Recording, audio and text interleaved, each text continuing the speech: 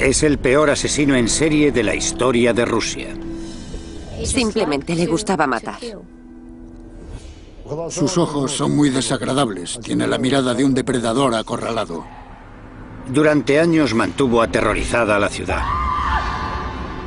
Durante años se ha burlado de la policía. Solo queríamos cogerlo para que no muriera más gente. Sus víctimas eran los más solitarios y vulnerables. Operaba de una forma muy cuidadosa. Y mantenía un curioso registro de sus crímenes. Basada en un acceso sin precedentes a la Brigada de Élite de Homicidios de Moscú y en las grabaciones únicas de la policía de una espeluznante confesión en el lugar del crimen,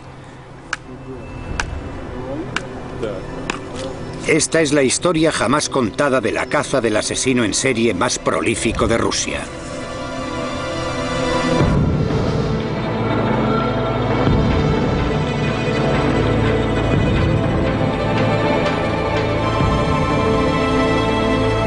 Asesinos en serie, el asesino del tablero de ajedrez.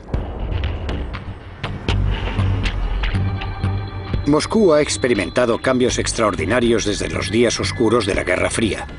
Hoy es un lugar de fabulosa riqueza y de pobreza demoledora. De catedrales de postal y recios complejos residenciales, y también es el telón de fondo para uno de los asesinos en serie más famosos de Rusia.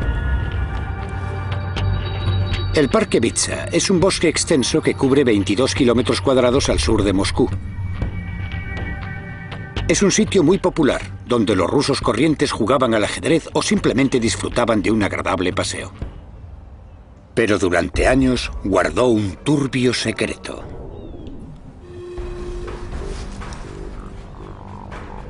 El sábado 15 de octubre de 2005, la policía de Moscú encontró el cuerpo sin vida de Nikolai Boroviev, de 31 años. Había sufrido heridas terribles en la cabeza.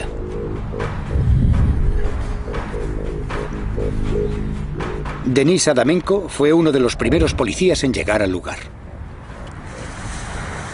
Fue aquí, exactamente en este lugar, donde encontramos a una de las víctimas.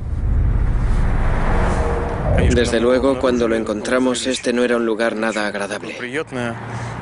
Presentaba numerosas heridas por todo el cuerpo y una botella clavada en su cráneo. Su cerebro estaba esparcido por toda la zona. Un mes después aparece otro cadáver, el de Nikolai Sakharchenko, de 63 años. Casi 2 semanas después, otro, Vladimir Didukin. Y una semana más tarde, otro, Nikolai Koryagin. Cuando llegó la Navidad, habían aparecido 7 cuerpos asesinados y mutilados en el Parque Vitsa. Ninguno de los cuerpos había sido escondido y a ninguna de las víctimas se les había robado, pero todos tenían la misma horrible herida en común, una botella de vodka o un palo clavados en la herida abierta y sanguinolenta de la parte posterior de la cabeza. Quedó claro desde el principio que no eran simples coincidencias, sino que se trataba sin duda de un sanguinario asesino en serie. Teníamos que capturarlo enseguida. Las complicadas investigaciones de homicidios son llevadas a cabo por el equipo de élite de homicidios de la policía de Moscú, y su investigador más experimentado y de más alto rango es Andrei Suprunenko, quien a menudo se las tiene que ver con el submundo criminal de Moscú y con los asesinos más violentos de la ciudad. Está acostumbrado a llevar casos complejos y peligrosos, como el que le costó la vida a su predecesor. Empecé a investigar este caso criminal en febrero de 2006, cuando quedó claro que nos enfrentábamos a un asesino en serie. Fue difícil porque nunca dejó que nos relajáramos. Cada 2 semanas aparecían cadáveres nuevos. No paramos de trabajar ni un solo día. Con 7 cadáveres descubiertos por la policía y un asesino en serie suelto, Moscú se convierte en una ciudad dominada por el miedo. La periodista de investigación, Yana Zarkinskaya, se siente atraída de inmediato por el caso y empieza a cubrir la historia para la prensa rusa y británica. Nos dimos cuenta de que se trataba de un asesino en serie que operaba en el Parque Vitsa. Le llamábamos el maníaco de Vitsa. La gente estaba asustada El Parque Bitsa es un sitio donde se va a pasar un buen rato, pero la gente tenía miedo de ir por allí porque había una sensación de peligro. A pesar de haber encontrado tantos cadáveres, la policía tiene pocas pistas para averiguar la identidad del maníaco de Bitsa. El asesino no dejaba ningún indicio. Intentamos recoger diferentes objetos de los escenarios del crimen, pero nuestros análisis no mostraron ningún indicio, ni huellas digitales, ni nada. El maníaco operaba de una forma demasiado cuidadosa. Los investigadores necesitan toda la ayuda que puedan conseguir y piden ayuda al único hombre que puede ayudarles. El profesor Vladimir Vorontsov es uno de los médicos forenses más formados y experimentados de Moscú. Ha estado examinando víctimas de asesinatos en la capital rusa desde hace casi 40 años. Le corresponde a él determinar la naturaleza exacta de la muerte horrorosa de las víctimas. Todas las heridas fueron infligidas en la zona de la cabeza y había muchas. Las heridas más graves se infligirían en la zona posterior y lateral de la cabeza y, por supuesto, también en la cara. Era como la tarjeta de presentación de este criminal, su firma. Estos son los cráneos de algunas de las víctimas encontradas en el Parque Bitsa, donde se ven sus gravísimas heridas.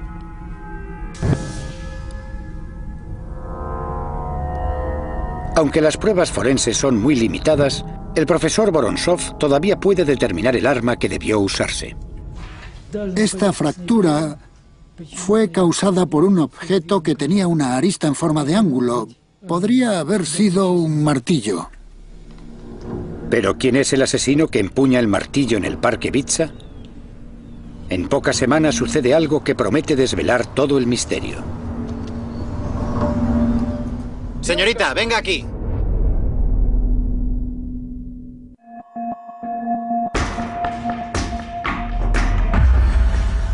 En enero de 2006, la policía de Moscú tiene 7 asesinatos sin resolver entre manos.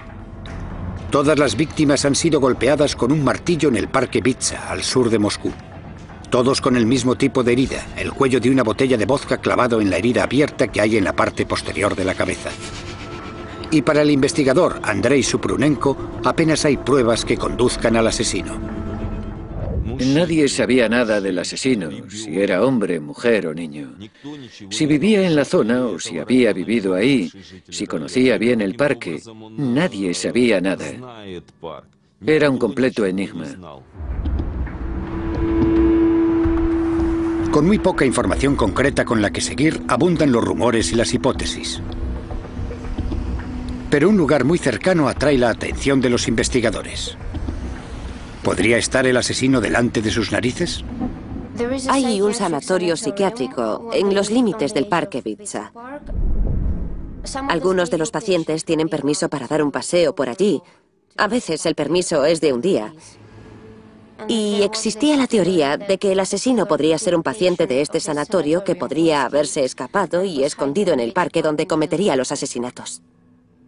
Se comprobó la identidad de un número considerable de gente. A cualquier persona que fuera mínimamente sospechosa se le daba el alto y era interrogada inmediatamente por la policía. Pero sin un sospechoso principal, la teoría del paciente psiquiátrico no va a ninguna parte.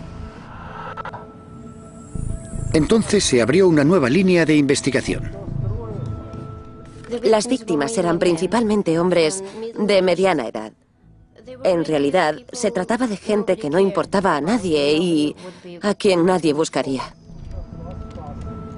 Pensamos que como solo había víctimas de sexo masculino, el asesino podría ser una mujer. Nadie conocía el móvil de los crímenes. Estábamos estudiando varias posibilidades. 200 agentes de la policía de Moscú están apostados en el Parque Bitsa. Su tarea consiste en parar e interrogar a cualquiera que sea sospechoso. Pero el parque es enorme. Cubre un área de 22 kilómetros cuadrados y la probabilidad de coger al asesino con las manos en la masa es mínima.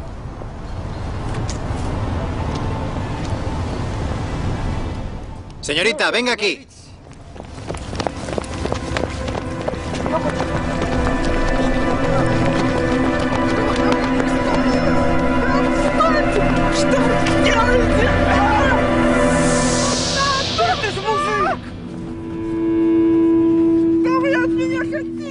Cuando se detuvo al travestido, por supuesto, fue sospechoso. Luego, la policía hizo un descubrimiento sorprendente.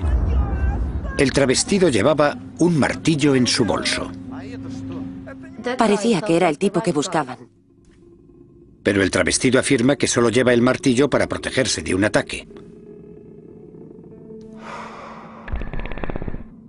Cuando la historia sale a la luz, es un gran día para la prensa. Pensamos que ese era el auténtico asesino y hubo muchos periódicos con el titular «Han cogido al maníaco de Bitsa». Pero el travestido tiene una buena coartada. Llegamos a la conclusión de que no era el asesino al final del primer día. Pero comprobar su coartada nos llevó casi 24 horas de trabajo ininterrumpido. Y solo después de comprobarla se le puso en libertad. Una semana después, Makhmod Soldashov, un trabajador de un supermercado de 25 años, es asesinado. Con cada nuevo cadáver que aparecía, la presión de la prensa se hacía más y más intensa. La policía y los fiscales nos presionaban para que encontráramos y detuviéramos al asesino cuanto antes. Era una cuestión prioritaria. La presión a la que está sometida la Brigada de Homicidios es cada vez más intensa. Intentan por todos los medios que no aumente el número de cadáveres, que ahora son 12. Más investigadores, como Elena Pumirsina, son asignados al caso. Teníamos que tener un equipo preparado por si pasaba algo, por si había más asesinatos. Entonces sucede algo significativo. En un determinado momento, y por alguna razón que aún no teníamos clara, se puso a matar mujeres. En abril de 2006, los investigadores encuentran el cuerpo de Larisa Quiligina, de 48 años, que trabajaba en un supermercado. 2 meses después, encuentran el número 14. En junio de 2006 se descubrió otro cadáver, el de una mujer con el mismo tipo de heridas. Las típicas, como las de los anteriores, así que supimos que teníamos otro caso para investigar. Luego los investigadores encontraron algo muy importante: un billete de metro en la chaqueta de la mujer asesinada.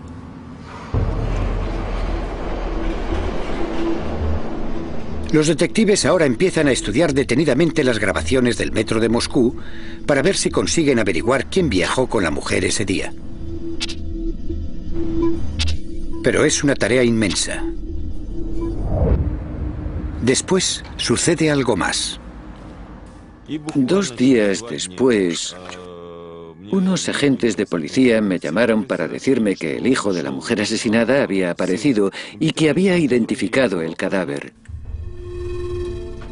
La víctima era Marina Moskalyova, una madre soltera de 36 años. Vivía sola con su hijo Sergei. Cuando nos entrevistamos con él, nos dijo que su madre había salido a dar un paseo con su novio, Sasha. No volvió a casa. Mientras los investigadores intentan reconstruir los últimos movimientos de Marina, su hijo entrega una prueba clave.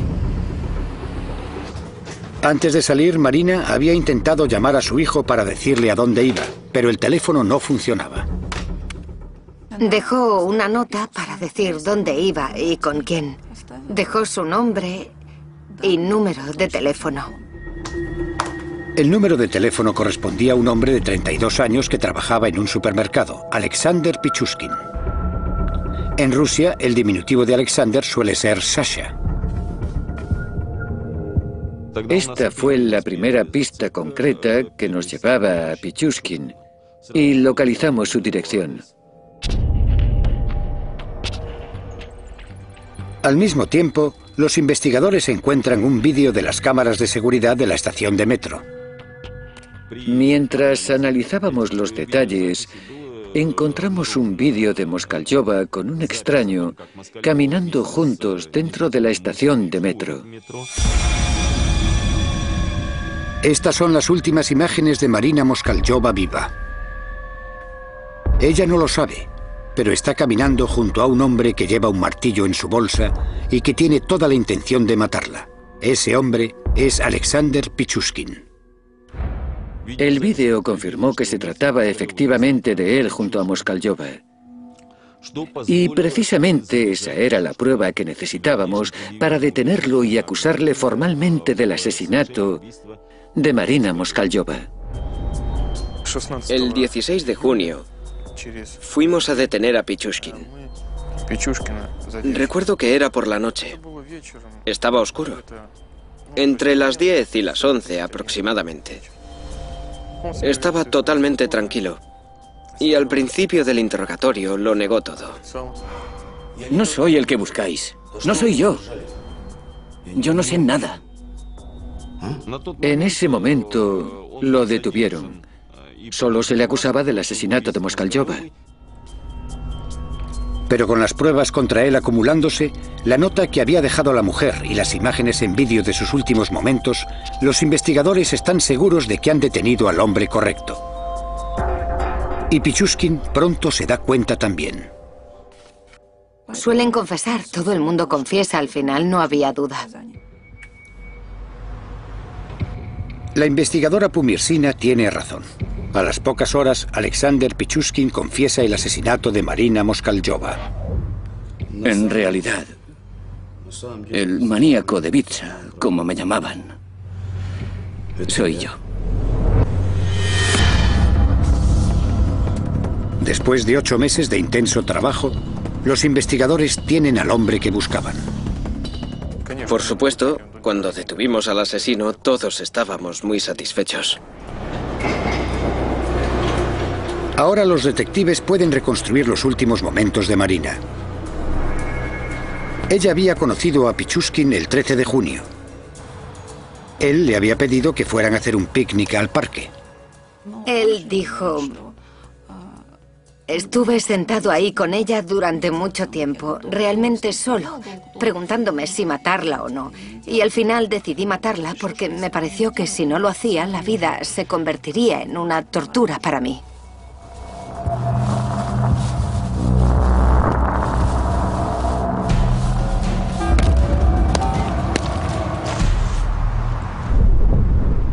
Los investigadores sospechan que Pichushkin ha cometido 14 asesinatos en el parque Vitsa. Pero lo que viene después es una sorpresa absoluta. Por supuesto, ninguno de nosotros podía imaginarse el número real de crímenes que había cometido. Cometí 61 asesinatos. 60 de ellos en el parque Vitsa. Durante 14 años. Hice lo que me vino en gana.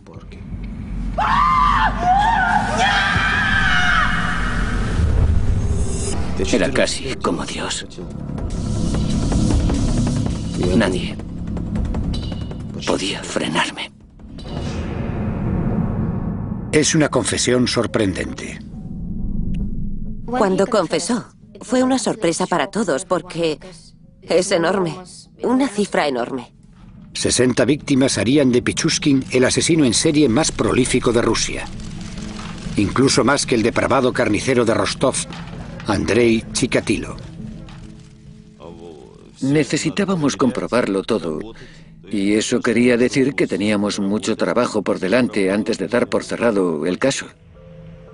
Y entonces los investigadores encuentran algo que les hace pensar que la historia de Pichushkin podría ser verdad. Después de encontrar a Pichushkin, se hizo un registro de su domicilio.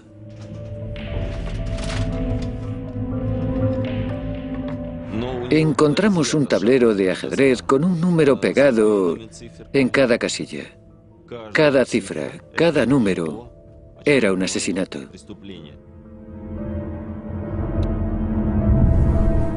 Quería cometer un asesinato por cada una de las casillas del tablero. ¿Pero era cierto lo que dijo en esa extraordinaria confesión? Él podría haber dicho cualquier cosa, pero nosotros no podíamos creer nada a menos que tuviéramos pruebas. Y para conseguir esas pruebas, tendrían que meterse en la mente del asesino en serie más prolífico de Rusia.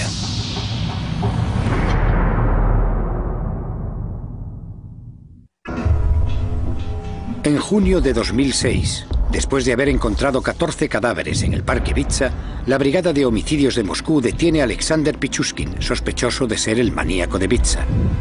Pero al interrogarle, Pichushkin confiesa no solo los 14 asesinatos de los que la policía tiene conocimiento, dice que ha matado a más de 60 personas, y eso le convierte en el asesino en serie más prolífico de Rusia. Era casi como Dios. ¿Pero es cierto todo lo que dice? Cada una de las confesiones tiene que ser analizada y probada. Es un trabajo ingente. Uno de los nombres que Pichushkin da a los investigadores es el de Vladimir Fomin, un joven que desapareció sin dejar rastro en 2003. Nikolai Fomin recuerda el día en que desapareció su hijo. Bueno, él se fue el 14 de octubre de 2003. A eso de las 7 de la tarde nos dijo que iba a comprar cigarrillos. Ya no lo vimos más. Era un buen hombre, sensible y amable. Cuidaba de sus amistades y se hizo cargo de su hijo recién nacido. En 2006, la investigadora Pumirsina me llamó. Me pidió que viniese para una entrevista a la comisaría de Leninsky. Y allí me enteré de que todos los casos de desapariciones se habían fundido en un solo caso, el caso Pichushkin. Para seguir construyendo su caso contra él, los fiscales necesitaban que Pichushkin siguiera hablando.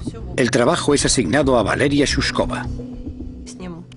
Mi trabajo era conseguir que siguiera hablando y establecer una relación psicológica con él. Me sentía el padre de todos ellos.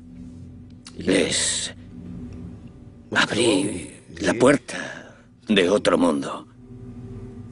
Tu primer asesinato es como tu primer amor. Nunca lo olvidas. Cuanto más cercana la persona, más agradable es matarla. Es más emocional. Era terrible escuchar las cosas que decía. Incluso para mí, una investigadora con experiencia, percibir el placer y el deleite en su voz cuando describía cómo aplastaba sus cráneos y les clavaba palos y botellas en las heridas.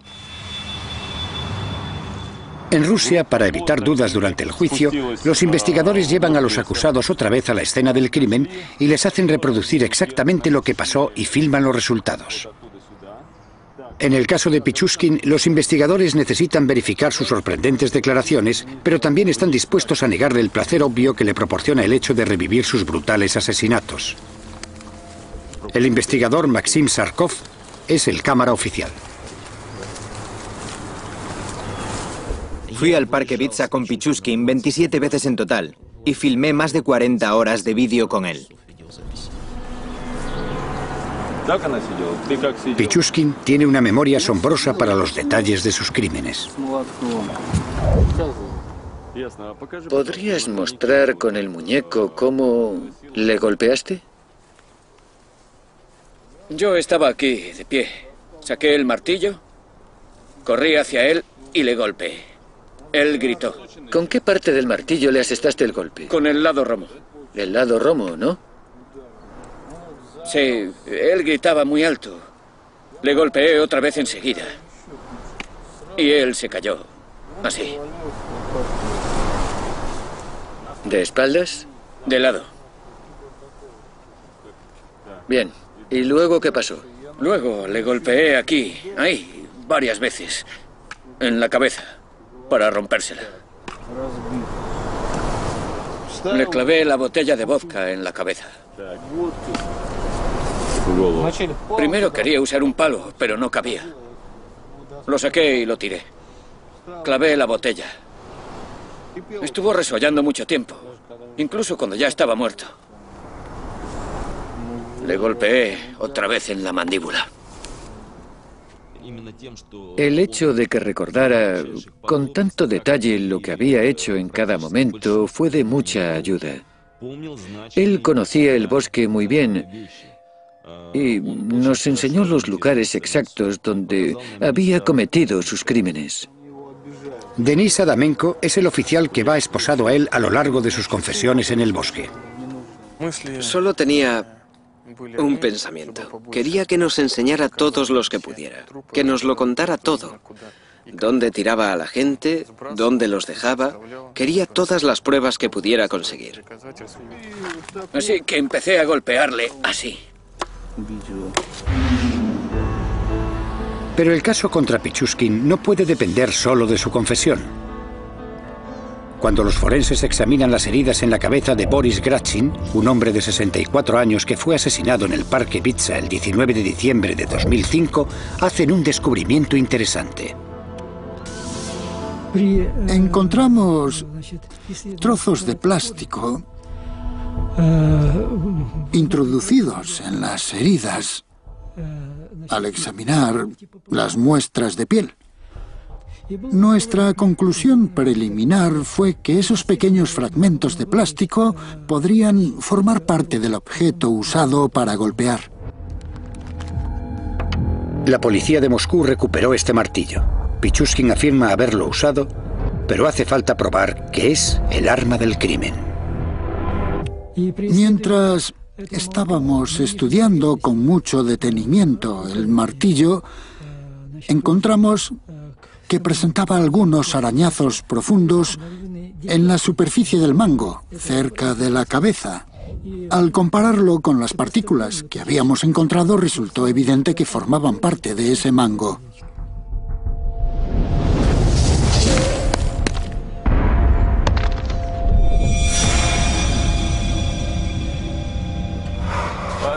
Durante su confesión filmada, Pichushkin reveló muchos asesinatos extraordinarios y también cómo, como asesino, aprovechaba cualquier oportunidad para matar.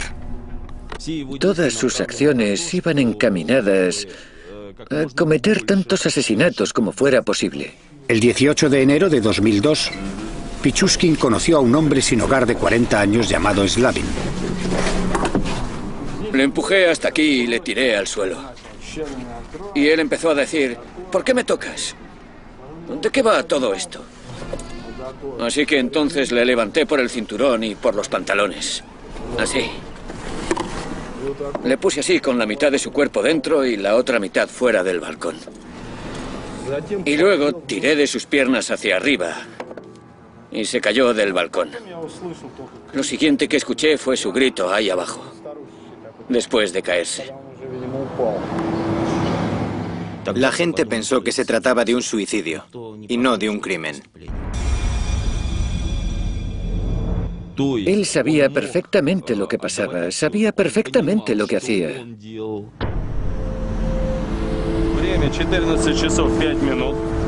Según los investigadores van hurgando más en el pasado, construyen una imagen precisa del hombre que dice haber asesinado a más de 60 personas. Pichushkin nació en Moscú el 9 de abril de 1974. Sus antecedentes parecían corrientes. Vivía con su madre y su hermana en este apartamento de la calle Kersonskaya. Es un piso típico de la época soviética y no está lejos del Parque Bitsa. Tenía un trabajo fijo en un supermercado y en general le caía bien a la gente. Su vida era normal y corriente. Pero Alexander luchaba por ser diferente.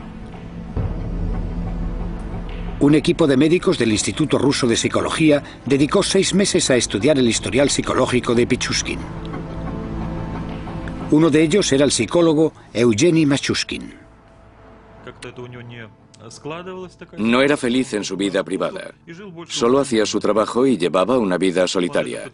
Por lo que sabemos, intentó vivir con mujeres en varias ocasiones e incluso intentó formar una familia, pero fracasó.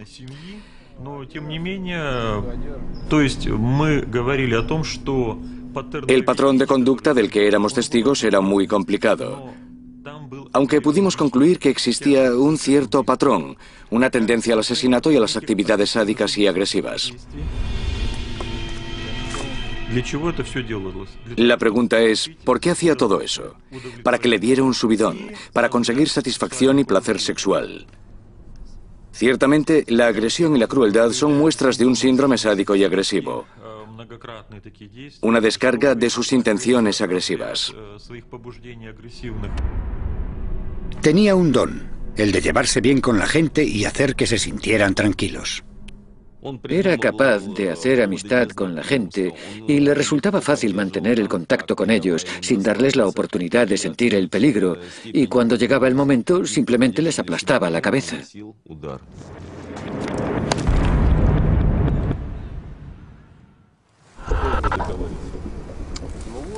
Durante las 40 horas de confesión filmada en el bosque, Pichushkin continúa horrorizando a los investigadores por la naturaleza de sus crímenes. Pichushkin nos llevó al lugar de un crimen del que no sabíamos nada, y allí encontramos los restos de un hombre que nunca había sido descubierto. Los dientes están ahí. Y los huesos. ¿Ves que da un maxilar? Aquí hay más huesos. El maxilar pertenece a Oleg Luernenko, un trabajador de San Petersburgo de 36 años. Era un lugar muy escondido en el bosque y, por desgracia, no quedaba mucho de ese hombre. Los animales habían estropeado demasiado el cadáver y prácticamente no quedaba nada para poder reconocerlo. Luernenko es la 15ª víctima de Pichushkin que se encontró en el bosque. Pero el asesino del tablero de ajedrez afirma que ha asesinado a más de 60 personas. Entonces, ¿dónde están los otros 45 cadáveres? Al analizar sus archivos, los investigadores se fijan en el caso de un crimen sin resolver que tuvo lugar en el Parque Vitsa 4 años atrás. En febrero de 2002, la policía local recibió una llamada desde un hospital sobre una paciente con extrañas heridas. Llamo del hospital número 6. Tenemos aquí a una paciente que creo que debería ver. ¿Cuándo cree que podrá venir? María Viricheva tenía una historia preocupante acerca de un hombre que había conocido recientemente. Un hombre llamado Alexander Pichushkin. ¿Qué ha pasado? ¿Quién se lo ha hecho? Le conocí en la estación de metro. El 23 de febrero de 2002, María conoció a Alexander Pichushkin cerca de la estación de metro de Kakhovskaya. Acababa de separarse de su novio y estaba desesperada por conseguir llegar a fin de mes. Yo estaba llorando. Él se acercó y me preguntó qué me pasaba. Me ofreció una bebida. Pichushkin se ofreció para venderle unas cámaras. Le dijo que las había escondido en el Parque Vitsa. María Viricheva estaba embarazada en ese momento. Me llevó a un lugar muy apartado y me dijo que las cámaras estaban en la alcantarilla.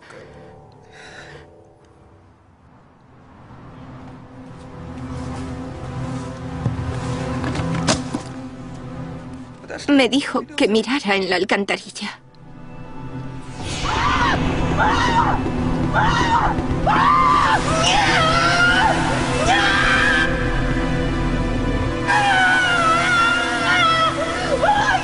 El agua, que corre muy rápidamente, arrastra a Viricheva, que consigue aferrarse a la vida al encaramarse en una alcantarilla en desuso.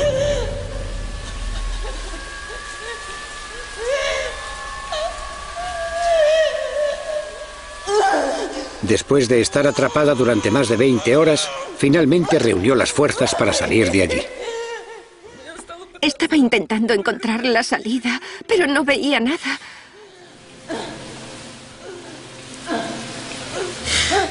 Creí que iba a perder a mi bebé por culpa de ese mal nacido. En ese momento, la policía local decidió no seguir con la investigación a pesar de la declaración detallada de Viricheva. Ella sabía quién había intentado matarla y dónde encontrarlo, pero el policía local le pidió que no siguiera adelante solo porque no querían lo que para ellos era un mal caso. Pensó que no era importante y no quería hacer trabajo extra. Ahí se perdió una buena oportunidad. Tuvieron la posibilidad de cogerle mucho antes y de salvar más de 20 vidas, creo.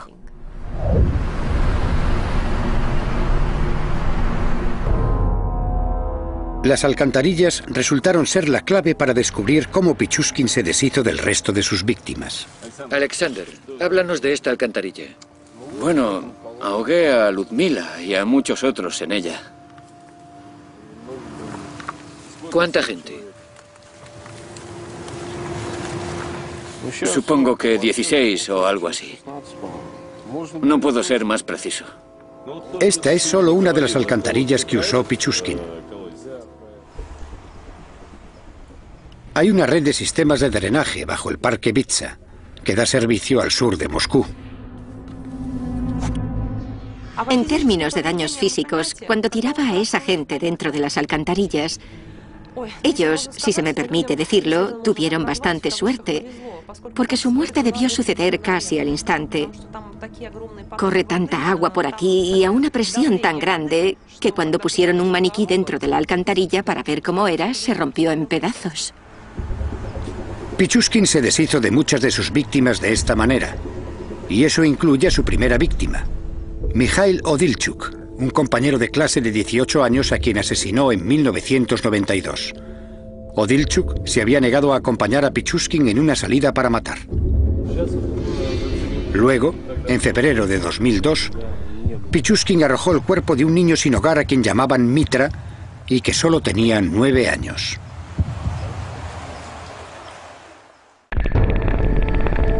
Pichushkin afirma que arrojó los cuerpos de unas 43 personas en las alcantarillas que hay bajo el parque Vitsa.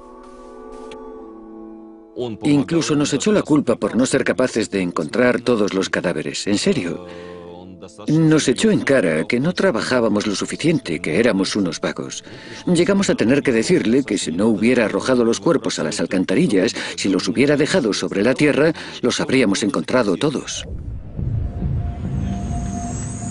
Pero queda una pregunta. ¿Por qué Pichushkin pasa de tirar los cuerpos a las alcantarillas donde simplemente desaparecen a dejarlos al aire libre donde casi es seguro que los encontrarán? Me dio la impresión de que no podía callárselo por más tiempo y que necesitaba que todo el mundo lo supiera. Quería un reconocimiento público por lo que estaba haciendo. Creo que en el fondo de su corazón quería que le cogieran. Él solo quería la atención y la fama, pero ya no podía callarse más. Alexander Pichushkin está a punto de vivir su momento de fama. Los fiscales de Moscú han construido un caso sólido contra él, con pruebas suficientes para acusarle de 45 asesinatos. Bajo la mirada de los medios de comunicación de todo el mundo, el asesino del tablero de ajedrez se enfrenta a la última partida.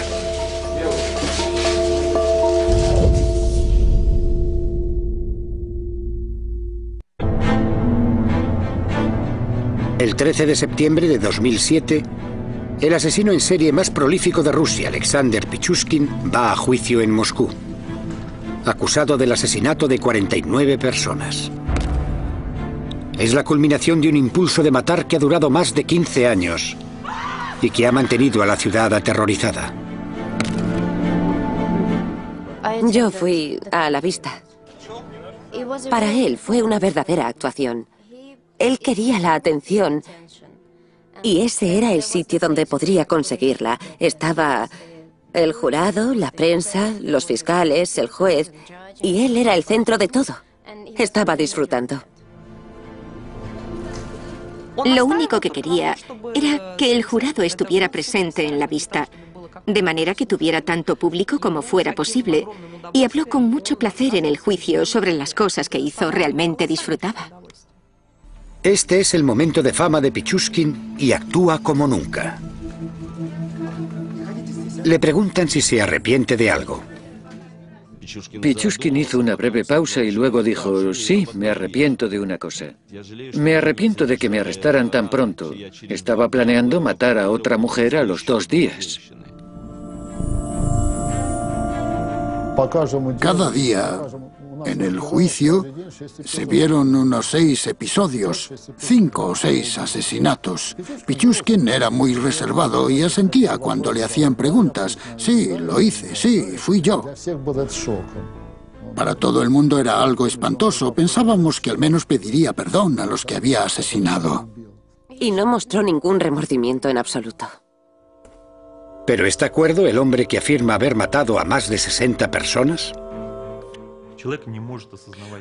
Una persona demente es incapaz de darse cuenta de las consecuencias de sus acciones, pero aquí las acciones del sujeto tenían un propósito y eran sistemáticas, y era consciente de lo que estaba haciendo. Por eso es por lo que la comisión de expertos llegó a la conclusión de que estaba cuerdo. Después de un juicio que duró 6 semanas, el jurado tardó menos de 3 horas en entregar un veredicto unánime. Y el lunes 29 de octubre de 2007, el juez Vladimir Usov dictó sentencia. En vista de la gravedad de los crímenes cometidos y el excepcional peligro para la sociedad que representa el acusado y para establecer justicia social y evitar nuevos crímenes, la Corte considera necesario sentenciar a Pichushkin por haber cometido crímenes especialmente graves a cadena perpetua. El Estado ruso y el fiscal jefe están orgullosos del resultado. Se ha hecho justicia. Ha recibido el castigo que merecía por sus horribles crímenes. Pichushkin pasará el resto de su vida entre rejas. Los primeros 15 años en una celda incomunicada. Para Nikolai Fomin, la sentencia es una manera de hacer justicia por la cruel muerte de su hijo. No hay castigo mayor que la cadena perpetua. No se puede dar un castigo mayor, así que pasará la vida metido en la cárcel. A pesar del veredicto de culpabilidad, el cuerpo de Vladimir Fomin no se ha encontrado. Un hecho que proporciona a la familia un poco de consuelo. Es esperanza. Si no hay cadáver, la persona puede estar viva. Es como en la Segunda Guerra Mundial. La gente que recibía la noticia de que alguien había desaparecido seguía esperando 40 o 50 años. ¿Y si resulta que tenemos suerte? Volverá millonario desde algún sitio, quizá de América. Condenar a Pichushkin había llevado 9 meses de trabajo agotador. Había sido muy duro y estresante. 24 horas al día, 7 días a la semana, un montón de trabajo. Nunca lo olvidaré. Bueno, para mí fue el caso más importante de mi carrera. Me he enfrentado antes con asesinos en serie, pero ninguno era tan cruel y despiadado como Pichushkin. Aunque él sigue afirmando que ha matado a más de 60 personas, la policía nunca ha encontrado los cadáveres. El tribunal tenía pruebas para condenarle por el asesinato de 48 personas. Era una cifra asombrosa. Nunca antes había entrevistado a un asesino en serie con tantas víctimas, pero había tenido casos parecidos. La única diferencia en este caso era que atrajo mucha atención pública. Creo que mató a tanta gente simplemente porque le gustaba matar. Pichushkin era un asesino en serie poco común. Es un cazador típico. Y su única motivación era matar. No había otro motivo, a pesar de lo que algunos pudieran pensar.